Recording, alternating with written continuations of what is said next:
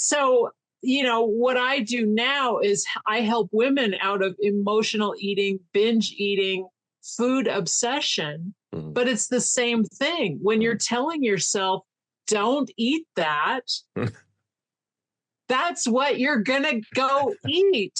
And they don't see a way out. Oh, so true.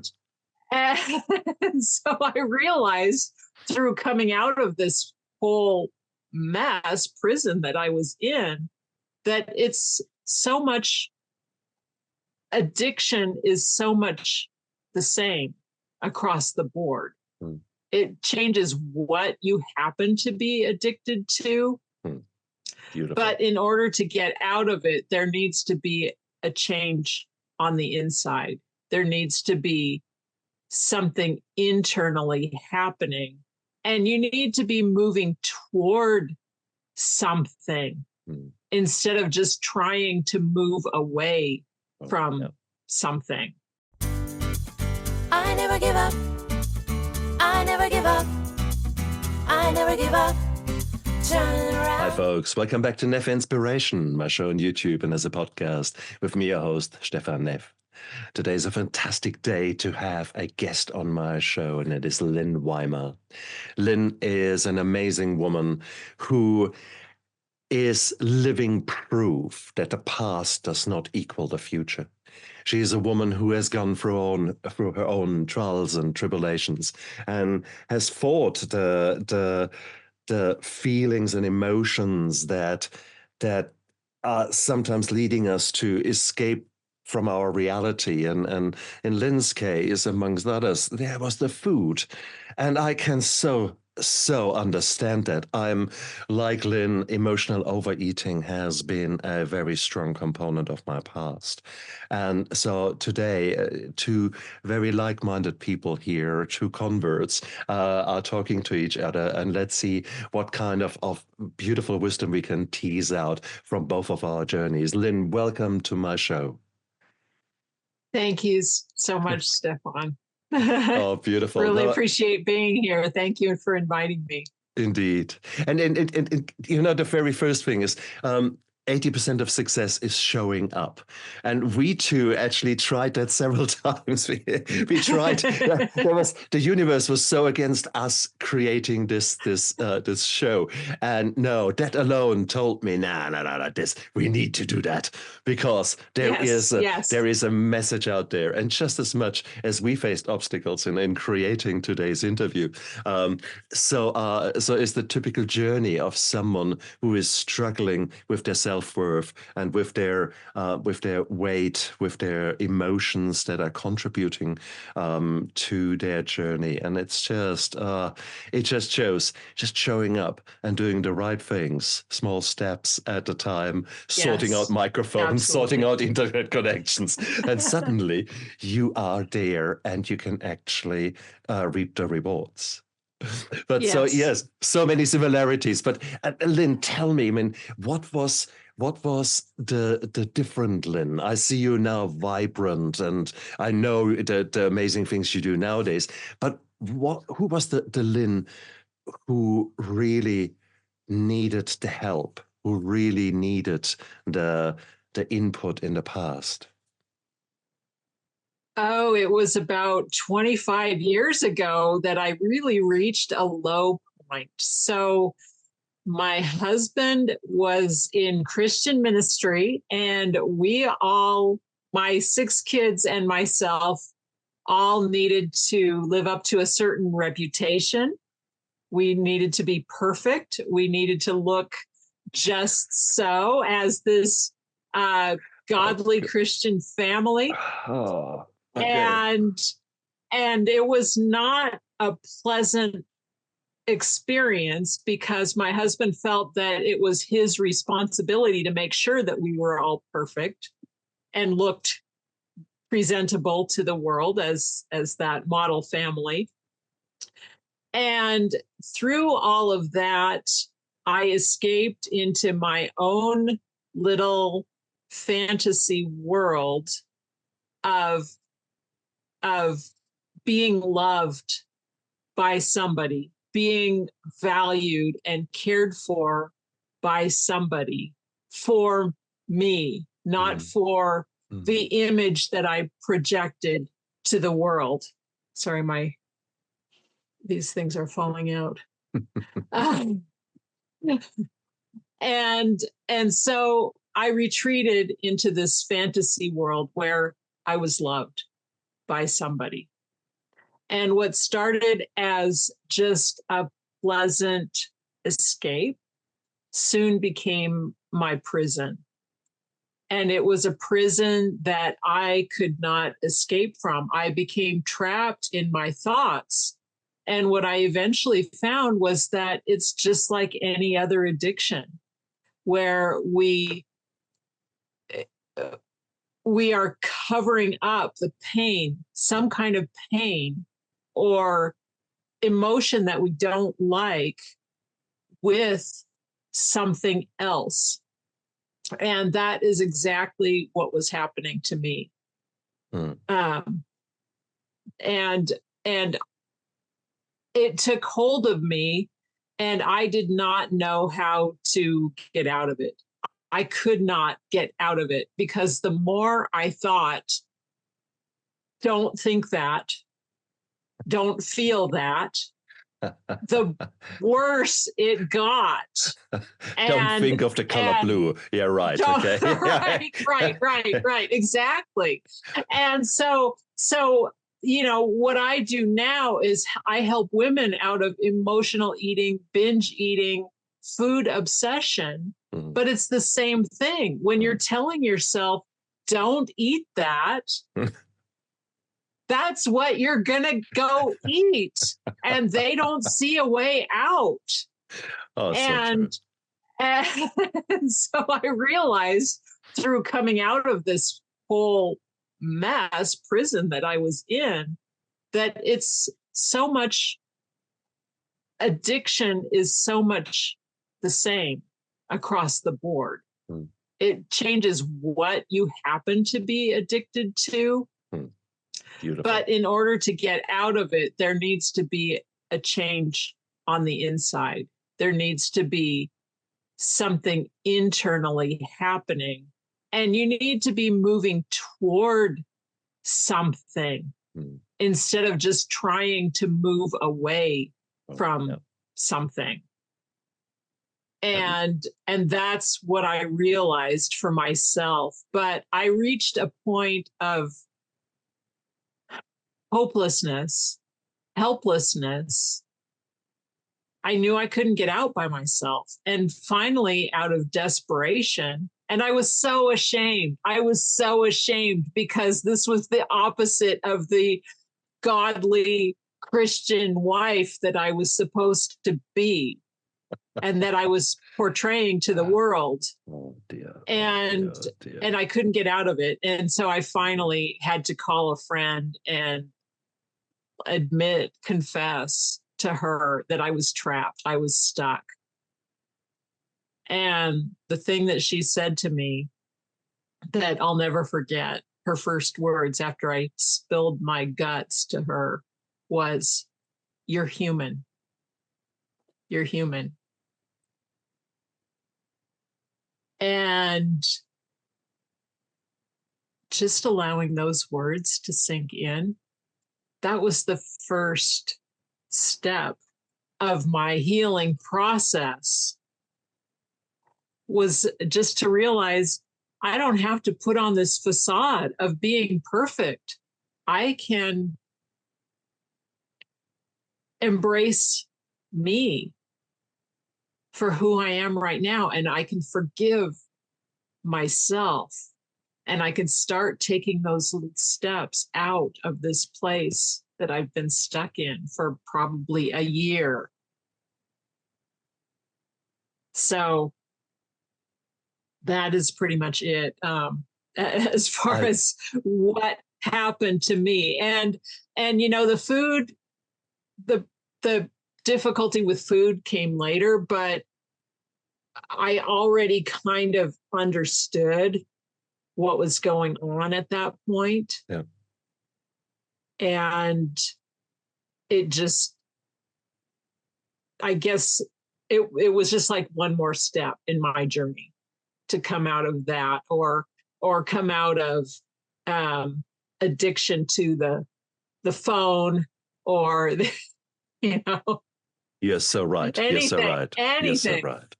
Because if you don't change the underlying reasons, the root causes for why you try to escape your reality, you just exchange vices, or not even vices.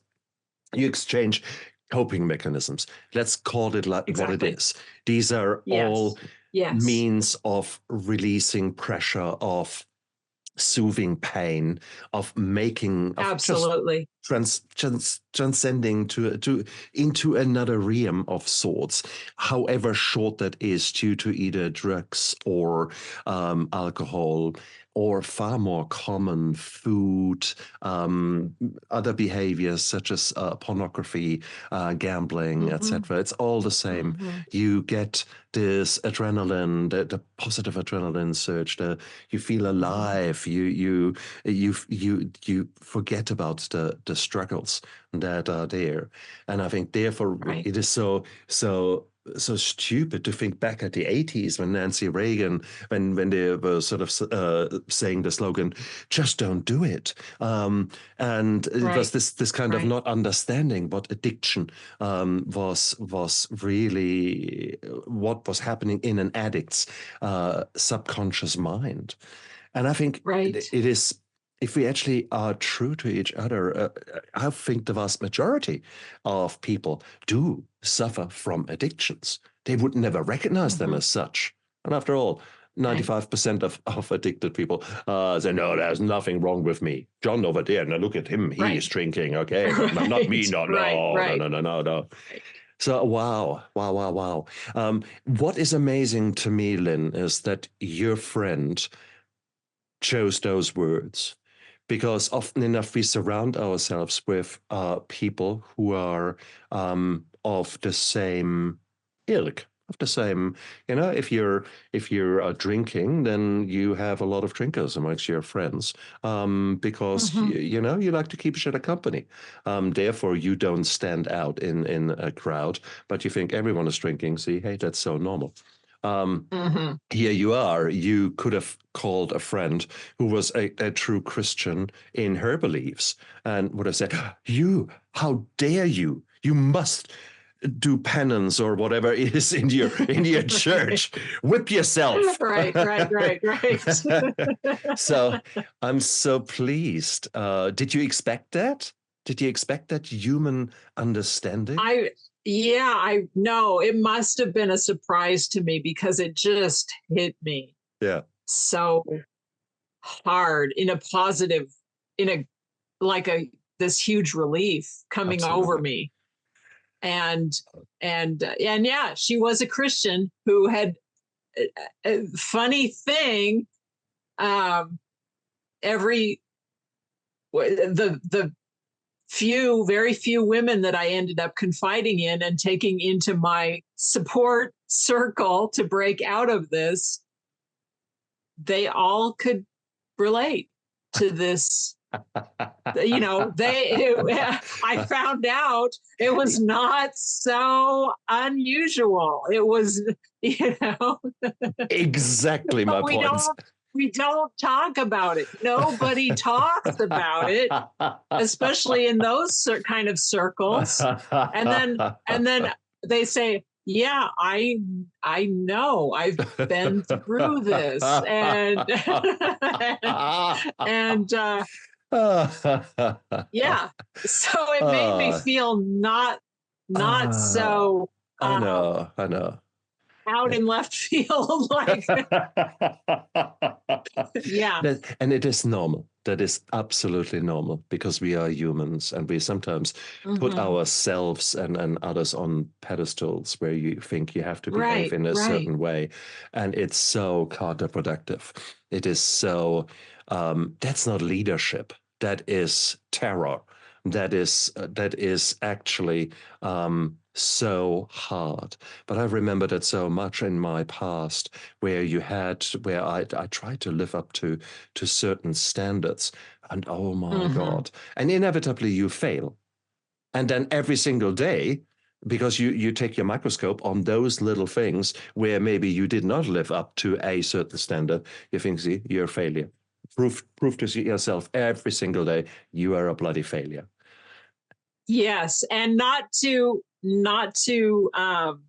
downgrade, like, for example, the Christian church, but not saying anything against that, but we tend to put on masks and we don't allow our own weaknesses to come through. And then it becomes a very hypocritical situation where everybody is struggling with something on the inside, but they're looking down on everybody who's struggling with something besides what they're struggling with.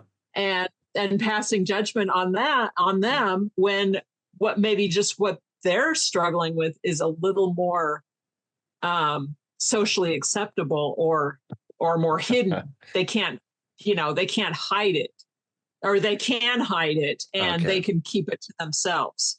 Yeah, kind of. Because when you actually then really start scratching on the surface, then very soon you find huge amounts of trauma there, including childhood sexual abuse and quite nasty trauma. Whilst there is no pissing contest in trauma, let's be clear about that. But yet there are some very, very, very nasty things are happening in very Christian households. And it doesn't just need to be Christian. It can be any denomination. Humans are doing very nasty things with the masks of respected people within their own society, regardless of what the color or shape of the belief system is. My goodness. Right. Okay. Wow. Okay, but I mean, it's one thing to hide. And that's actually, in all fairness, 1 year is quite a short time of hiding. Many of us can go much longer. You're not very good. Come on. I was miserable. I was absolutely miserable. Right. And I just knew I had to get out of this. Beautiful. It was not a fun place to be. But there's one thing of someone giving you that emotional hug and the acceptance and saying, yeah, hey, you're human and what you're feeling is normal. How did the story continue? What were your next steps and how did you get yourself out of that, I guess, self-constructed prison that you were living in? Yeah, for me, it was becoming more grounded in real spirituality instead of appearances. But it was, for me, it was running. Running became my outlet and it became my connection to God. It almost became my spirituality. And I lived in the mountains. So, when I started running after this conversation and after this year of struggle, I started to run and everything was either up or down. You could go up or you could go down. There was no just flat. And I became a very strong runner very quickly, but it was, if I can run up a 2-mile long hill, then I began to recognize this inner strength that I had and say, if I can do this, then I can conquer this other thing too. I can conquer my thoughts. I can, and just being outside and moving my body and that stress relief and that connection with nature. it began to clear my mind. And that became more of my emotional release. It gave me some joy and some time to myself. And I think really running was the catalyst for me to regain that real spirituality that went beyond appearances and reputation. I don't know how to explain it beyond that. No. It's beautiful. It's beautifully said. Yeah. It was mostly just finding joy again and realizing, okay, that dopamine rush, that's not joy. And that lust or addiction never says enough.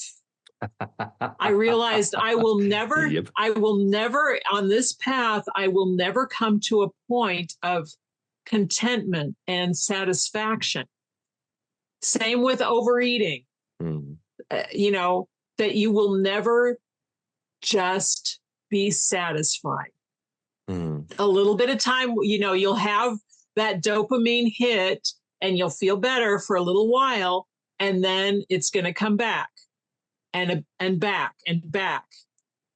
And there's never going to be a time where you just feel satisfied.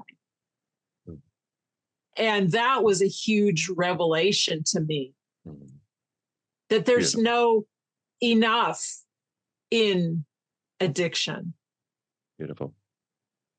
Yeah. I wanted earlier to make a smart-ass comment and challenge you, devil's advocate, with regards to, were you not now just running away with the running? But you actually explained it really, really well, that when you actually immerse yourself into an activity, you are really living in the moment. You're reflecting a little bit. Okay, maybe your thoughts are wandering, but you are living in the moment, and there is a lot to be said about that solitude, that removing yourself from external influences and actually creating different influences, and you're now opening up your mind to the possibility of giving you solutions to problems, rather than you trying to keep yourself busy up there and escaping your reality. So those people who are saying, "Oh, no, you're just running away. You have just changed your addiction now from food to running."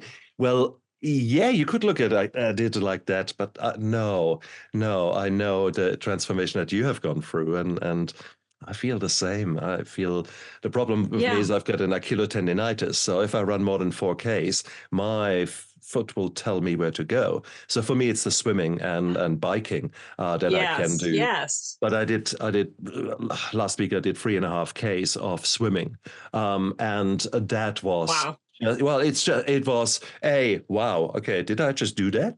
So that kind of feeling, but also there was a lot of reflection. There was a lot of maybe meditation, maybe however you wanted to call it. It was living in the moment during those close to 2 hours. It was beautiful. It was absolutely beautiful. Yes. Giving my mind the permission to just wander.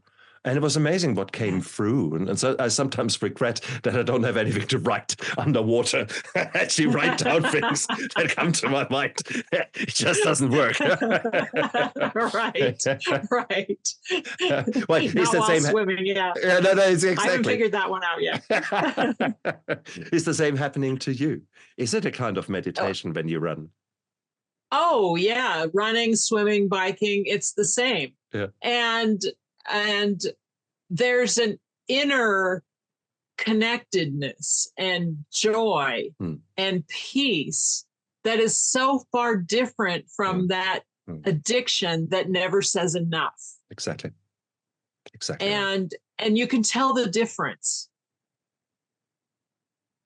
And it is beautiful, isn't it? And 2 nights ago, I went swimming, and I did a K. and then just thought, do a bit more, come on. And then I swam, but I got slower and slower. And I thought, oh, and it was like a surreal kind of thing. I felt every stroke. I felt the water gliding over my skin.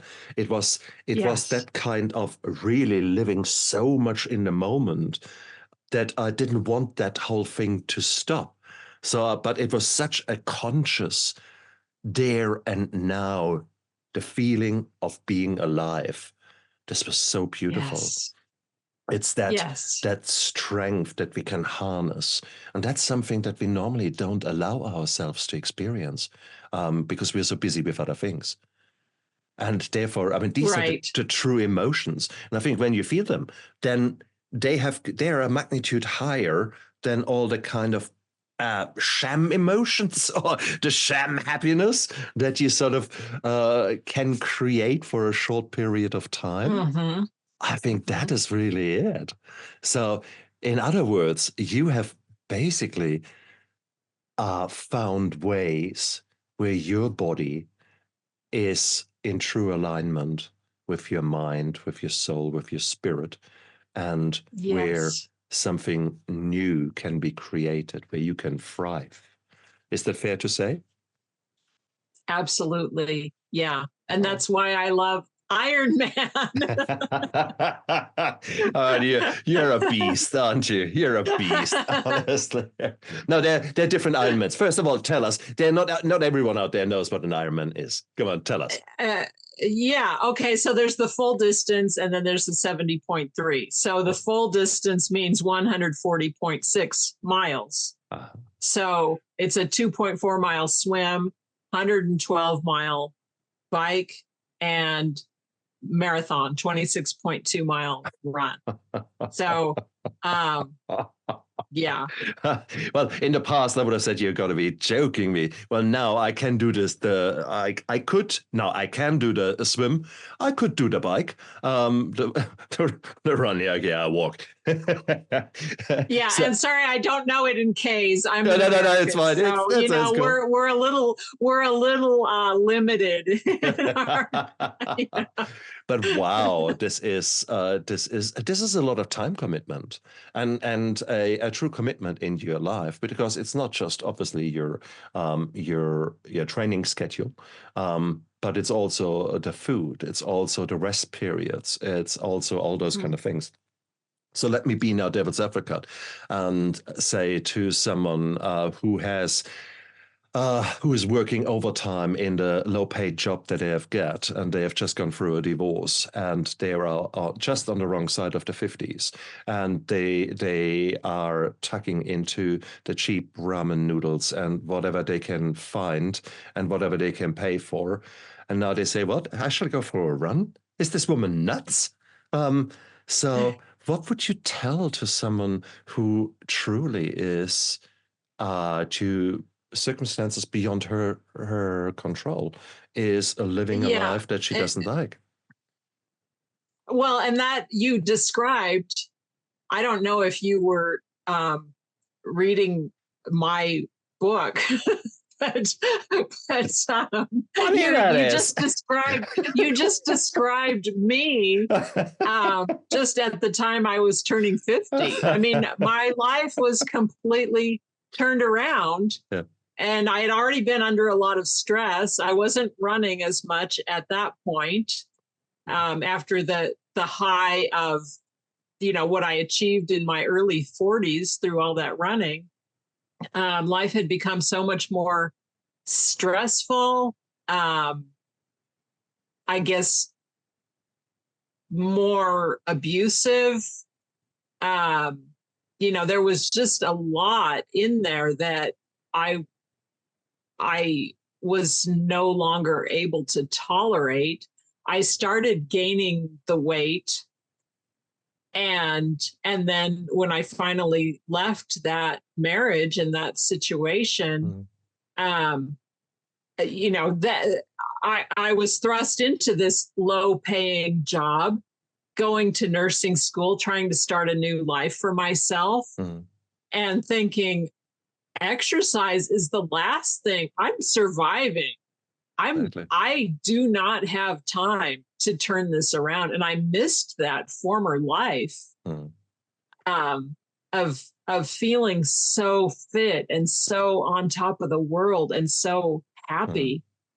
But it just, you know, I had to think about my two boys who were living with me, and being that single mom and going through the divorce and going to school and working at that low paying job. And I mean, my weight and my fitness were the last priorities for right or wrong. Oh no, but there are times in our lives when you find yourself in that situation. There is nothing right or wrong about it. There is just survival, pure survival there and then. And you have to do what you have to do. End of the story. You could have done many, many worse things. Okay, you kept it together. Despite the suffering, despite the pain deep inside, no doubt, you kept it together. Kudos to you for that. So please. But then at the same token here, there is this kind of transformation waiting to happen, because you're now a very different woman than that woman who was in such a lot of pain and who was putting up more trauma, or creating more trauma by increasing her weight and becoming less fit. So how did you turn that around? Well, you know, I had this memory of the early 40s and being so fit, and I could remember how that felt. And the desire to have that back again never left me. Oh, beautiful. Beautiful. And so when I was just surviving, I still had this distant thing, you know, that I could hold up to myself and say, okay, someday when the circumstances are right, I'm going back there. I'm going to, because I had been told late 30s, early 40s, when I was just starting to run. I had been told so many times, well, okay, you can do that now, but just wait till you turn 40. Something happens when you turn 40. Oh, well, 40, you know, maybe you're doing okay at 40, but wait till 42. Then it's really going to. And I heard that so many times because nobody was doing what I was doing.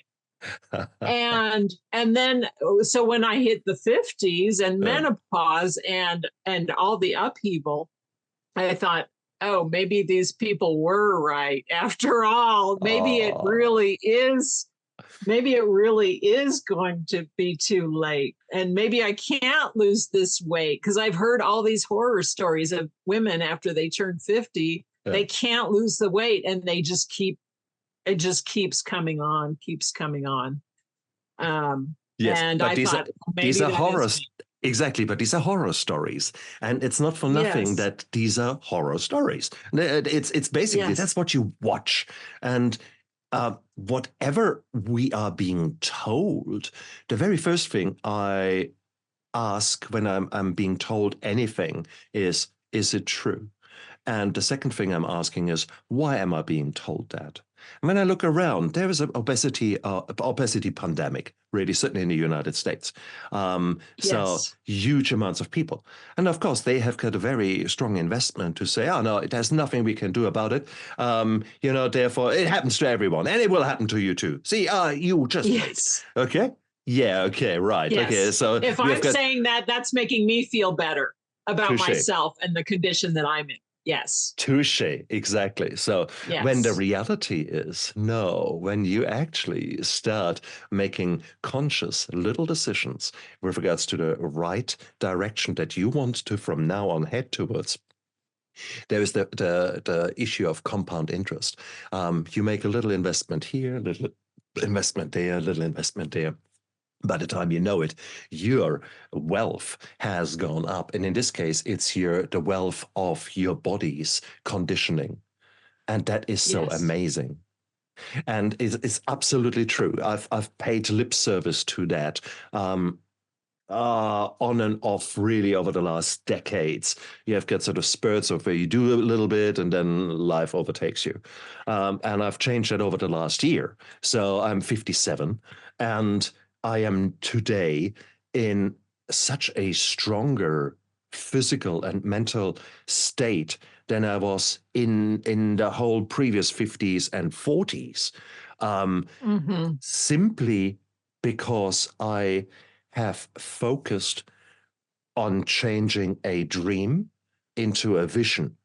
So I wanted to be clear of the goals that I wanted to be, and crystal clear.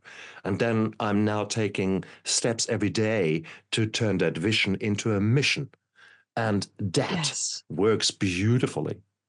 So, okay, coming back to the woman who was how do you call it? Destroying an Oreo packet every night.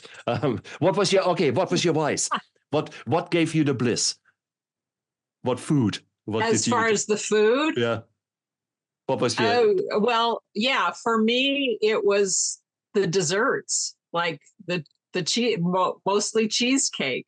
And, you know, I know. and it's not like, you know, I never really overate the desserts. Like I wouldn't devour a whole cheesecake.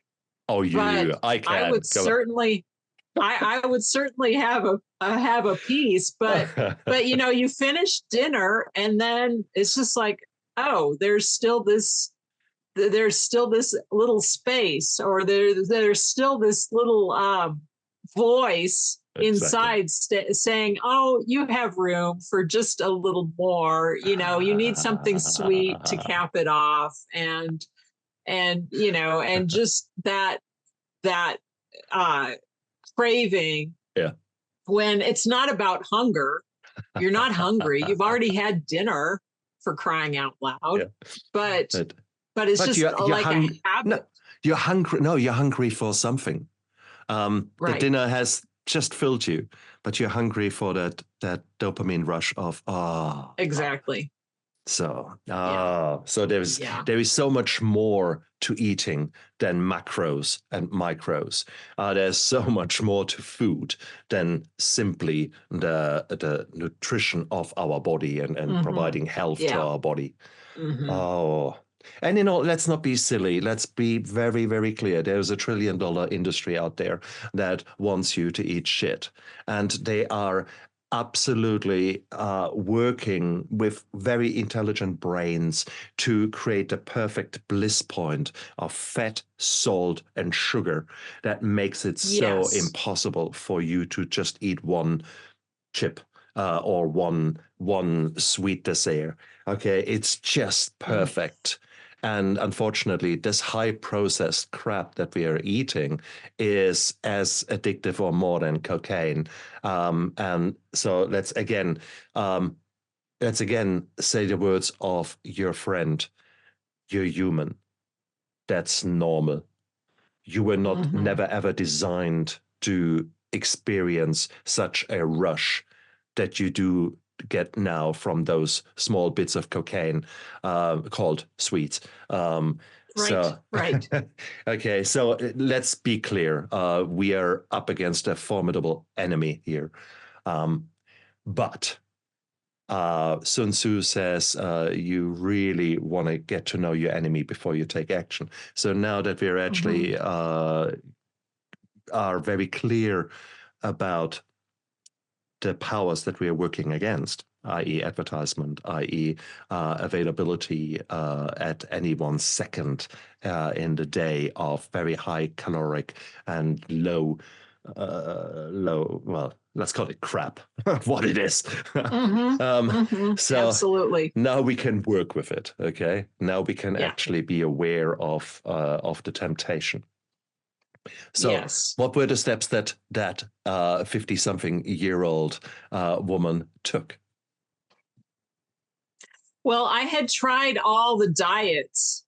You know, I had tried all this stuff and realized that was not working for me. Exactly. And I had never had to diet.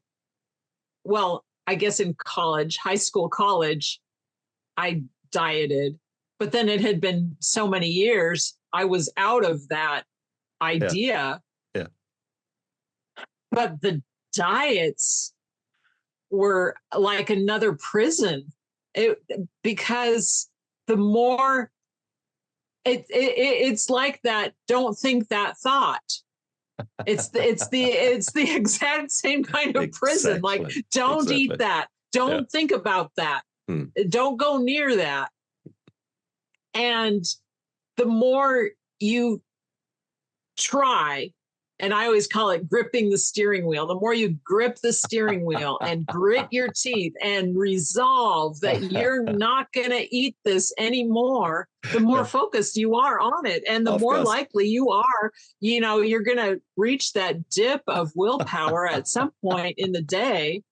And you're going to succumb to it. That's exactly what I write in my Steps to Sobriety. The white knuckling, people who are 20 years sober, but they have to go to a meeting every day and white knuckle it, and I'm fine.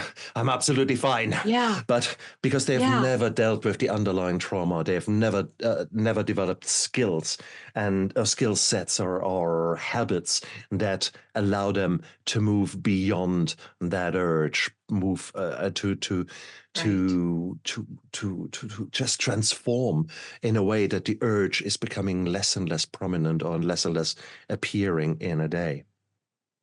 Wow. Yeah. Do you still get urges? Do you still get urges towards eating the cheesecake or whatever it is?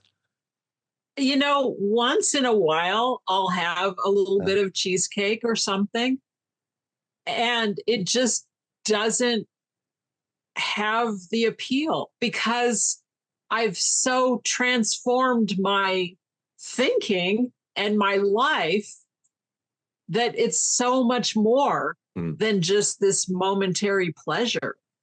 And I've so developed the mindset of I love nourishing my body with healthy food. I love putting good fuel in the tank. Absolutely. And I enjoy my food and my taste buds, my brain, the signals and the taste buds have so transformed that, a little bit of that's okay.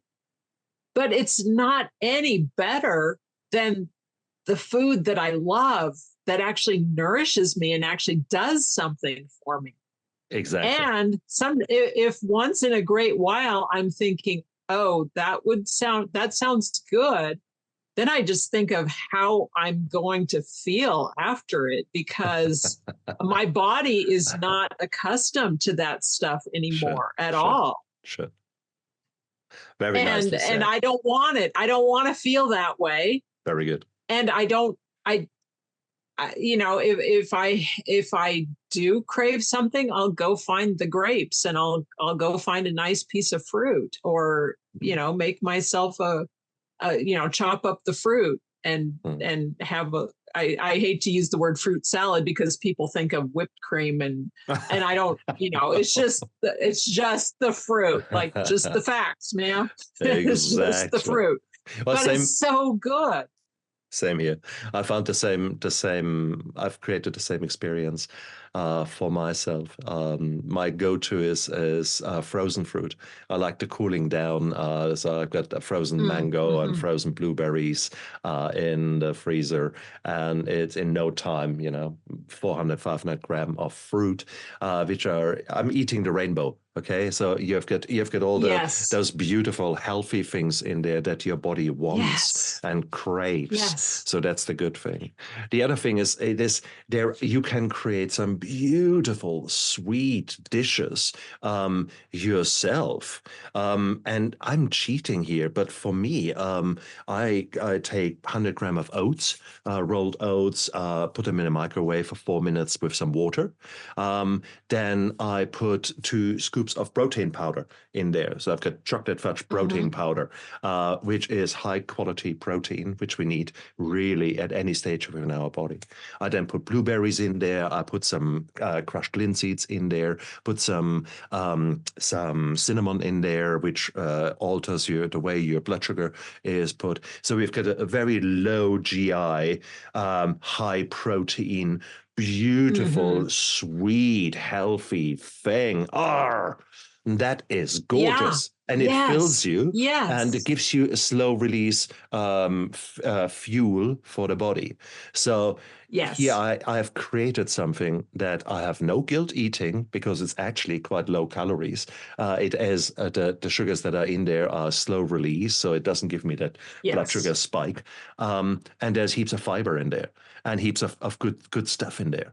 Hey, got all the good stuff. You got all the good stuff in there. Yes. Exactly. So therefore, us changing bit by bit, it's not a slow journey. It's not a fast journey. It's not an immediate kind of thing, because your transition would have lasted, I guess, at least a year from the cheesecake, Lynn, to okay, I'm back somehow in the driver's seat.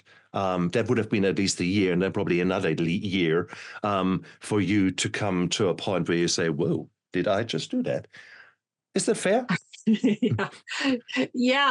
Well, at one point, because I kept thinking that, okay, I'm addicted to sugar. I could recognize that. And okay, I need to do a sugar detox because this has a hold on me. And I'm very sensitive because of my past experience to something having a hold on me and me not being in control. I don't want that for myself. I don't want to be ruled by something, anything.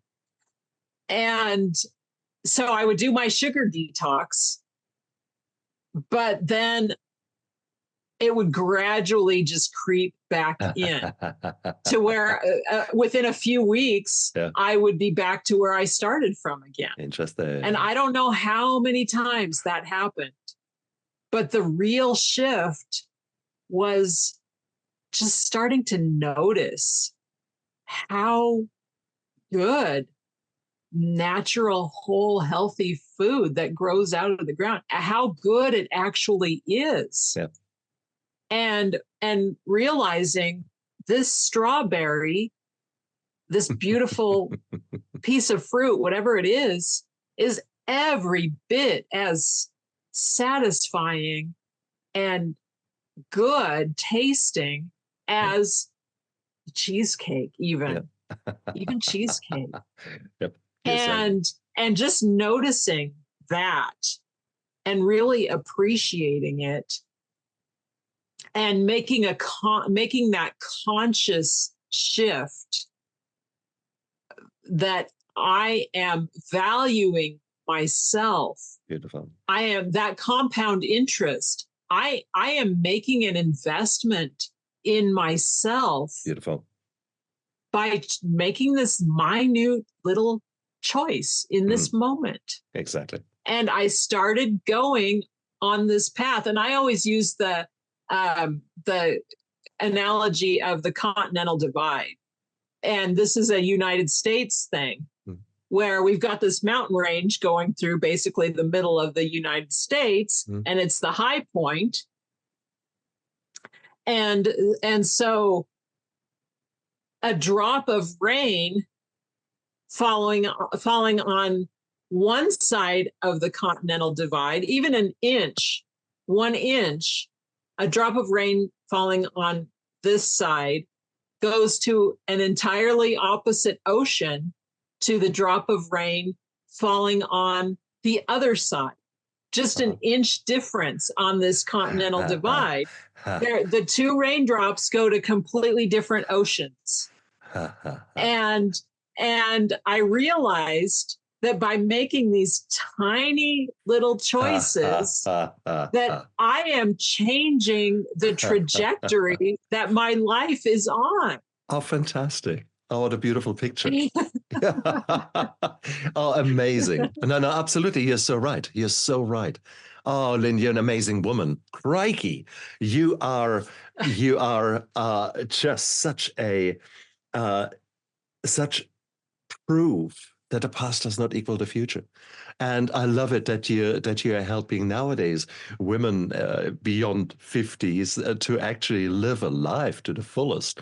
And Mhm. we have no idea where that life leads in individuals.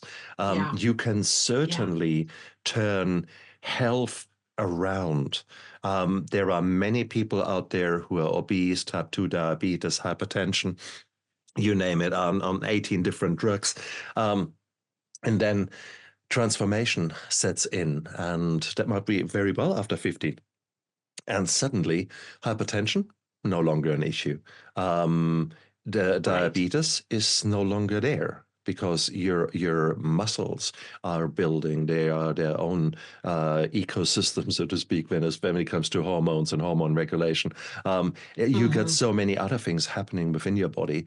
And by the time you've blinked, you're far more serene. You're far more in control of your emotions.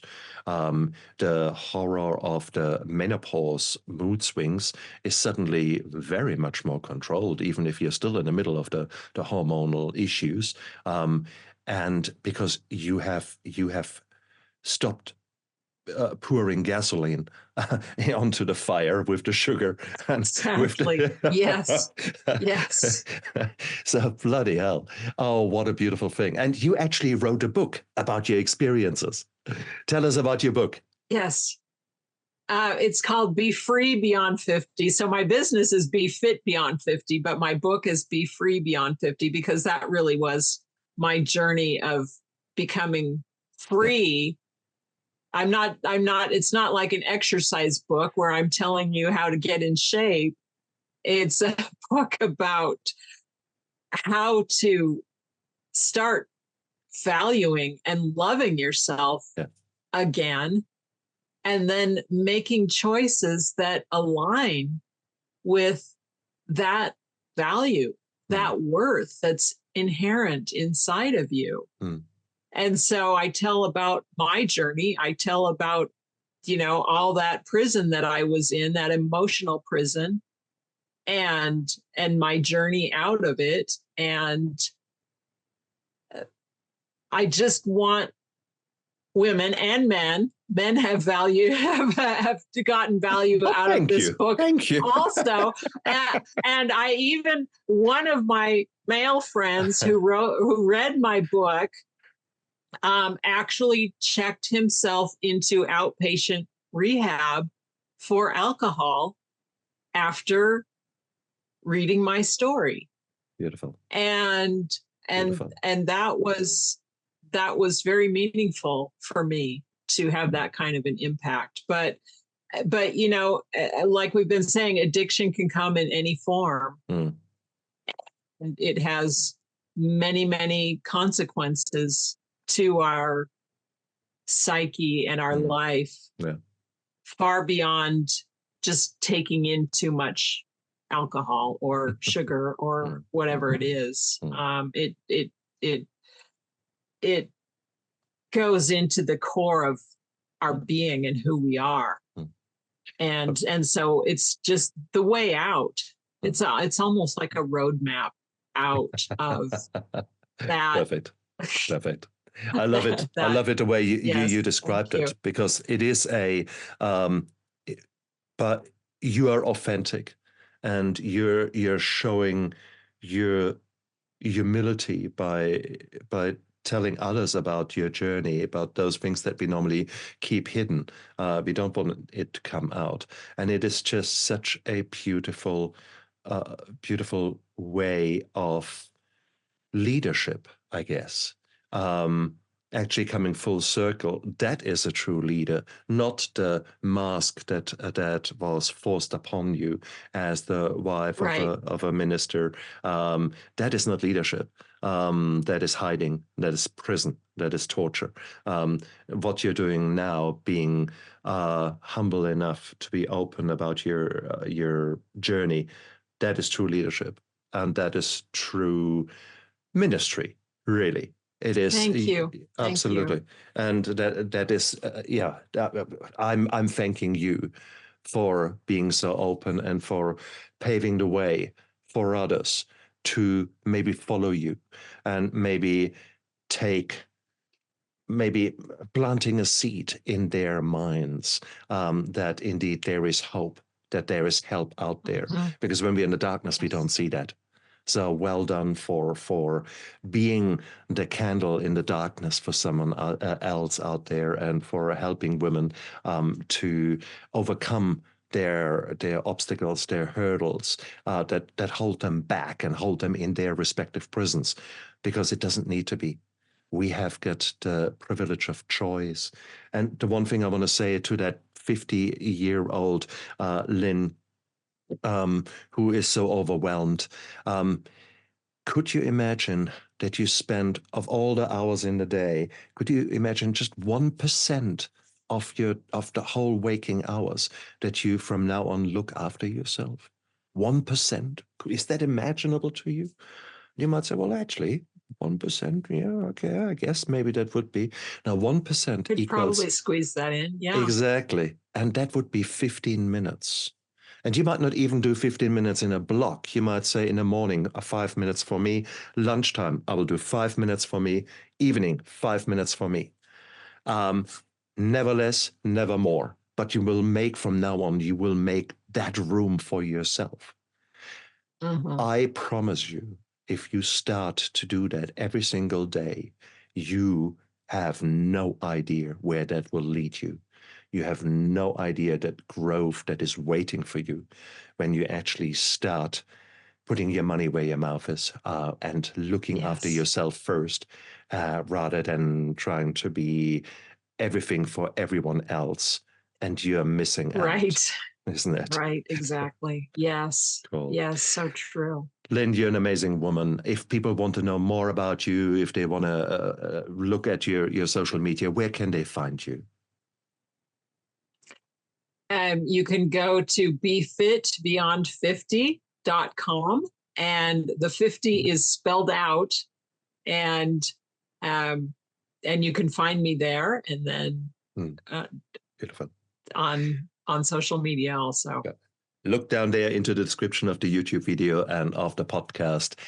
You've got all the links to Lynn down there. Whilst you're down there, you might as well press the like and the subscribe button, please, and so that you don't miss out on all the beautiful guests that I've got the privilege and honor to interview. Each and every one of them is enriching my life. And so please, I invite you to come along on that journey of me expanding my horizons. I always grow with every single interview, and I hope you join me on that journey, and tell your friends about it, and maybe leave a comment down there if something today really struck you as a aha moment.